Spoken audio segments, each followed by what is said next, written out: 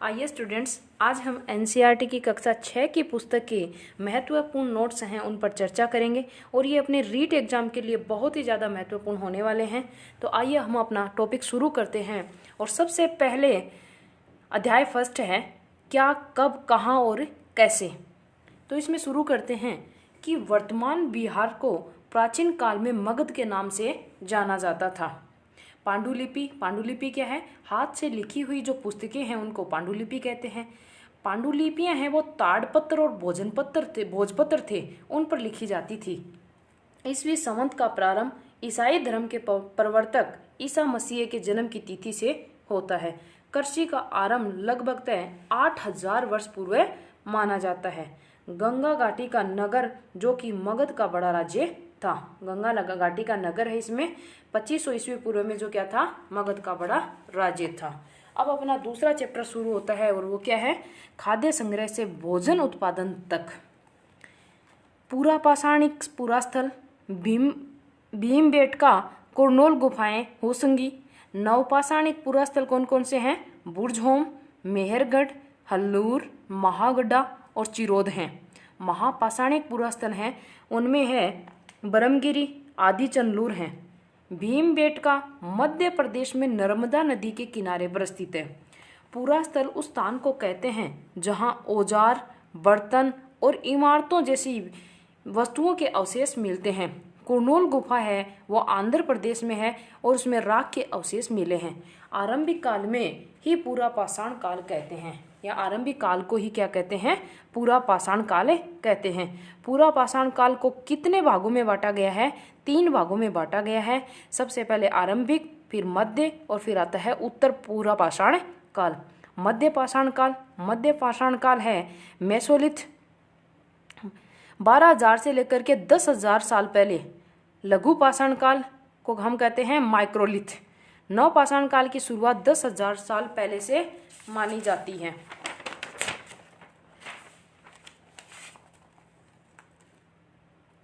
बुर्जहोम के लोग गड्ढे के नीचे घर बनाते थे जिन्हें गर्तवास कहा जाता है, और बुर्जहोम वर्तमान में कश्मीर में है।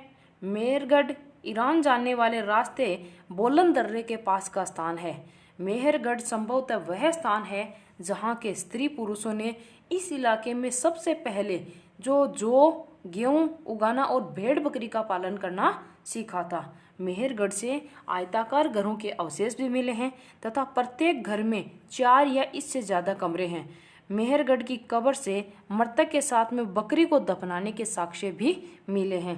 स्थायी बसने की प्रक्रिया का आरंभ लगभग 12,000 वर्ष पहले माना जाता है। अब हम शुरू करते हैं अपना तीसरा चैप्टर, आरंभिक नगर। शुरू में नगर कैसे थे? रेलवे लाइनें बिछाने के दौरान किस क्षेत्र से ईंटें निकाली गई? हड़प्पा से निकाली गई थी। नगर मुख्यतः कितने भागों में विभाजित थे? 2 भागों में बटे हुए थे। पश्चिमी भाग था वो छोटा था लेकिन ऊंचाई पर बना था, इसे मगर दुर्ग कहा जाता था। मोहनजोदड़ो का महान स्नानागार प्रसिद्ध है। कालीबंगा और लोथल से अग्निकुंड के साक्ष्य मिले हैं। हड़प्पा, मोहनजोदड़ो और लोथल से भंडार गृह के अवशेष भी मिले हैं। लेखन कला का प्राचीनतम अवशेष हड़प्पा की मोहर है। हड़प्पा सभ्यता के लोग पत्थर की मोहरें बनाते थे जिस पर जानवरों के चित्र मिलते थे। मोहनजोदड़ो से कपड़े के साक्ष्य भी मिले हैं, या मेहरगढ़ से कपास के। फेयन से मनके, चूड़ियाँ, बाले और छोटे बर्तन बनाए जाते थे। हड़प्पा के लोगों द्वारा क्या आयातित किया जाता था? तांबा, लोहा, सोना, चांदी और बहुमूल्य पत्थर। तांबे का आयात राजस्थान से, सोने का आयात था वो कर्नाटक से, बहुमूल्य पत्थर का आयात गुजरात, ईरान और अफगानिस्तान से किया जाता था। धोलावीरा पुरातात्विक स्थल स्थित है, कहाँ पे है? गुजरात में। धोलावीरा नगर को कितने भागों में बांटा गया था? 3 भागों में बांटा गया। पतन नगर या लोथल पुरातात्विक स्थल कहाँ पर स्थित है? गुजरात है, गुजरात में स्थित है। अब हम अपना अध्याय 4 शुरू करते हैं। क्या बताती हैं हमें किताबें और कब्रें? कि किताबें और कब्रें हमें क्या बताती हैं? वेद 4 हैं, ऋग्वेद, सामवेद, यजुर्वेद और अर्थवेद। सबसे पुराना वेद कौन सा है? ऋग्वेद है, जिसकी रचना लगभग 3500 साल पहले हुई थी। ऋग्वेद में 1000 से ज़्यादा प्रार्थनाएं हैं जिन्हें सूक्त कहा गया। ऋग्वेद के महत्वपूर्ण देवता कौन कौन हैं? अग्नि, इंद्र और सोम हैं। ऋग्वेद में जनता या पूरे समुदाय के लिए किन शब्दों का इस्तेमाल किया जाता था? जन और विष का। वैदिक धर्म की स्थापना आर्यों के द्वारा की गई। सामान्यतः मृतकों को खास किस्म के मिट्टी के बर्तनों के साथ दफनाया जाता था, जिन्हें काले लाल मिट्टी के बर्तन, ब्लैक एंड रेड वेयर के नाम से भी जाना जाता था।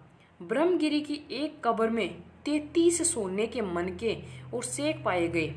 चिकित्सा शास्त्र पर चरक के द्वारा लिखी गई पुस्तक कौन सी है? चरक संहिता है। ऋग्वेद की भाषा प्राक संस्कृत या वैदिक संस्कृत है। ऋग्वेद की भाषा कौन सी है? प्राक संस्कृत या फिर वैदिक संस्कृत। प्रारंभ में दस्यु या दास उन्हें कहा जाता था जो यज्ञ नहीं करते थे। और अब हम अपना शुरू करते हैं 5वां चैप्टर, राज्य, राजा और प्राचीन गणराज्य। उत्तर वैदिक ग्रंथ कहलाते हैं सामवेद, यजुर्वेद और अथर्ववेद। वैदिक काल में समाज में पाए जाने वाले समूह कौन कौन से थे? पुरोहित, योद्धा, कृषक, पशुपालक, व्यापारी, शिल्पकार, श्रमिक आदि थे। 4 वर्ण होते हैं। ब्राह्मण है वो वेदों का अध्ययन, अध्यापन व यज्ञ करता है। क्षत्रिय लोग हैं वो युद्ध करना व जनता की रक्षा करने का काम करते थे। वैश्य या जो वैश्य थे वो कृषक या व्यापारी व पशुपालक का काम करते थे। और शूद्र थे वो तीनों वर्णों की सेवा करने का काम करते थे। क्षत्रियों और वैश्यों को यज्ञ करने का अधिकार था।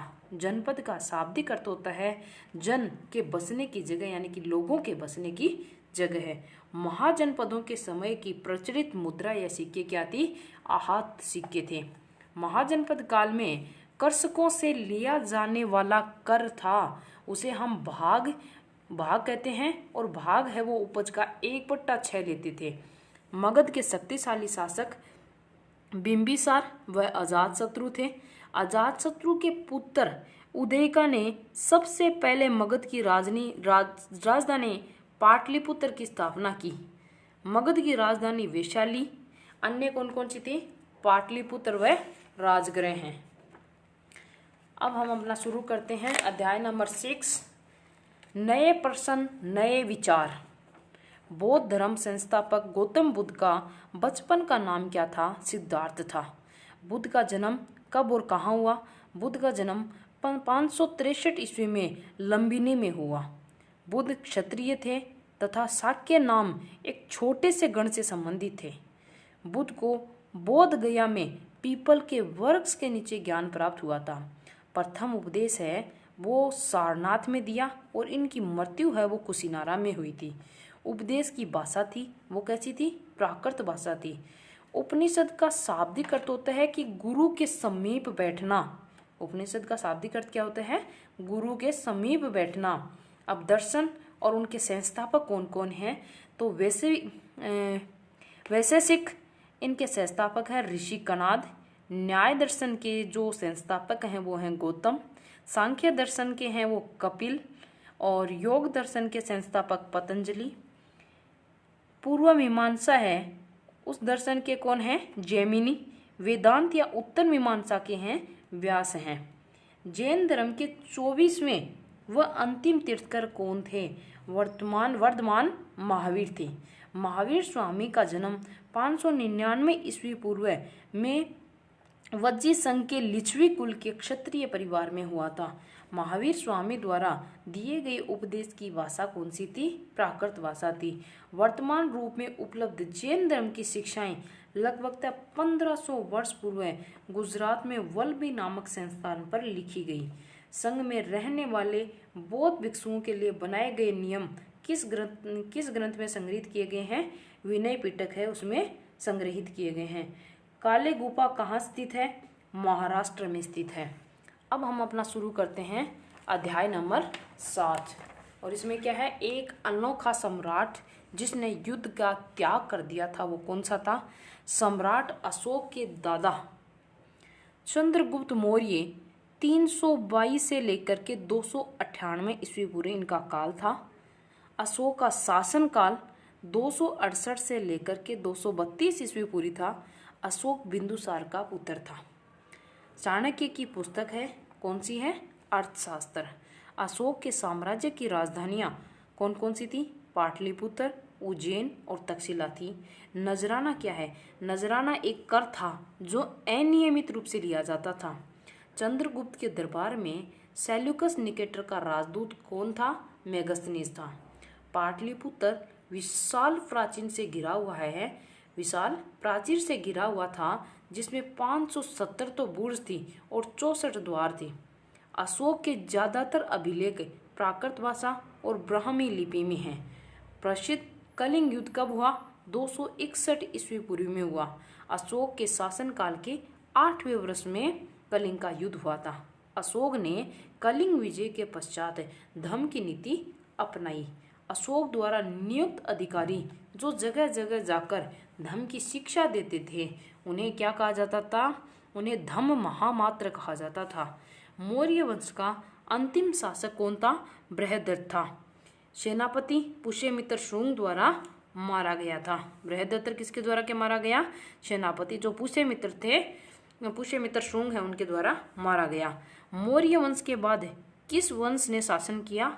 शुंग वंश। शुंग वंश ने शासन किया था। और अब अपना शुरू होता है चैप्टर नंबर 8 या अध्याय नंबर 8, खुशहाल गांव और समृद्ध शहर। तमिल क्षेत्र में बड़े भूस्वामियों को वेलता, साधारण हलवाओं को उणवार और भूमिहीन मजदूर या दास कड़ेसियार और अधिमई कहलाते थे। देश के उत्तरी हिस्से में गांव का प्रधान व्यक्ति ग्राम भोजक कहलाता था। तमिल की प्राचीनतम रचनाओं को संगम साहित्य कहते हैं, जिनका संकलन मदुरै के कवि सम्मेलनों में किया गया। गुजरात स्थित भरूच का यूनानी नाम बेरीगाजा था। सबसे पुराने आहत सिक्के थे। अनेक शिल्पकार तथा व्यापारी अपने अपने संघ बनाने लगे थे जिन्हें श्रेणी कहते थे। अब शुरू होता है चैप्टर नंबर 9, व्यापारी, राजा और तीर्थयात्री। दक्षिणी भारत सोना, मसाले, खास तौर पर काली मिर्च तथा कीमती पत्थरों के लिए प्रसिद्ध था। काली मिर्च की रोमन साम्राज्य में इतनी मांग थी कि इसे काले सोने के नाम से पुकारते थे। मुवेंदार शब्द का प्रयोग चोल, चेर तथा पांड्य शासक परिवारों के मुखिया के लिए किया जाता था। चोलों का मुख्य पतन वुहार या कावेरीपट्टनम में हुआ था।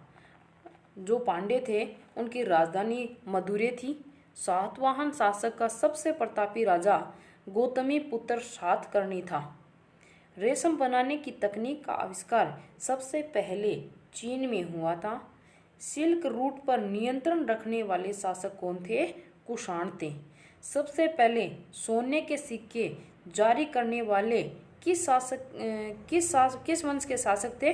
कुषाण वंश के ही शासक थे। कुषाणों का सबसे प्रतापी शासक कौन था? कनिष्क था। बुद्ध चरित्र के रचनाकार कवि अश्वघोष कनिष्क के दरबार में रहते थे। बौद्ध मूर्तिकला का प्रमुख केंद्र कौन सा था? मथुरा था। भारत आने वाले चीनी यात्री कौन कौन थे? फायान, हेनसांग और इत्सिंग थे। किस चीनी यात्री ने प्रसिद्ध बौद्ध विद्या केंद्र नालंदा में अध्ययन किया था? हेनसांग ने अध्ययन किया था। अशोक का शासनकाल 272 से लेकर के 268 ईस्वी पूर्व से 231 ईस्वी पूर्व। कनिष्क का शासनकाल 78 से लेकर के 100 ईस्वी। हर्षवर्धन का शासनकाल 606 से लेकर के 647 ईस्वी। और चीनी यात्री हेनसांग का भारत आगमन 630 से लेकर के 643 ईस्वी में हुआ। पश्चिमोत्तर में सिकंदर का आक्रमण 327 से 325 ईस्वी पूर्व में हुआ था। हम शुरू करते हैं अपना अध्याय नंबर 10, नए साम्राज्य और राज्य। समुद्रगुप्त के बारे में जानकारी।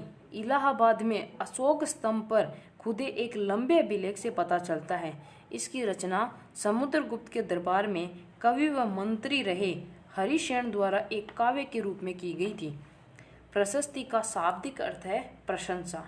किस शासक को सिक्कों पर वीणा बजाते हुए दिखा गया है, तो वो समुद्रगुप्त हैं, उनको दिखाया गया है। समुद्रगुप्त ने आर्यावर्त के 9 शासक, दक्षिणापथ के 12 शासकों ने अधीनता स्वीकार की थी। किस शासक ने शकों पर विजय के उपलक्ष्य में 58 ईस्वी पूर्व विक्रम संवत चलाया वह विक्रमादित्य की उपाधि धारण की थी, तो वे थे गुप्त राजा चंद्रगुप्त द्वितीय थे। हर्ष चरित्र किसकी रचना है? हर्ष चरित्र बाणभट्ट की रचना है। बाणभट्ट किसके दरबार में दरबारी कवि था? बाणभट्ट थे वो हर्षवर्धन के दरबारी कवि थे। हर्षवर्धन के समय कौन सा चीनी यात्री भारत आया था? तो हर्षवर्धन के समय जो हेनसांग थे वो भारत आए थे। पल्लवों की राजधानी है वो कांचीपुरम है। चालुक्यों की राजधानी है वो ऐहोल है। चालुक्यों का राज्य कृष्णा और तुंगभद्रा नदियों के बीच में स्थित था। प्रसिद्ध चालुक्य वंश है पुलकेशिन द्वितीय का था। इनके दरबारी कवि रवि कीर्ति थे। पुलकेशिन द्वितीय ने हर्षवर्धन को नर्मदा नदी के आगे बढ़ने से रोका। हरिशेन समुद्रगुप्त है उनका दरबारी था। महादंडनायिका मुख्य न्याय अधिकारी के पद पर था। सार्थवाह व्यापारियों के काफिलों का जो प्रधान होता था उन्हें सार्थवाह कहते थे। संधि विग्रहक युद्ध व शांति विषयों का मंत्री होता था और कुलिक मुख्य शिल्पकार होता था। धन्यवाद। करते हैं अध्याय नंबर 11, इमारतें, चित्र तथा किताबें।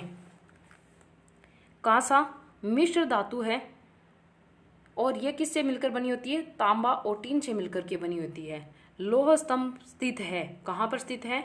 मेहरौली दिल्ली में। कुतुब मीनार परिसर में 7.2 मीटर ऊंचा है। चारों ओर परिक्रमा करने के वर्ताकार पथ को क्या कहा जाता है? प्रदक्षिणा पथ कहा जाता है। सांची का महान स्तूप किस राज्य में स्थित है? वो मध्य प्रदेश में स्थित है। भीतर गांव का मंदिर है वो उत्तर प्रदेश में है। तमिल महाकाव्य शिल्प पदिकाराम की रचना इलांगो नामक कवि ने की और मणिमेखलई की रचना सतनार ने की थी।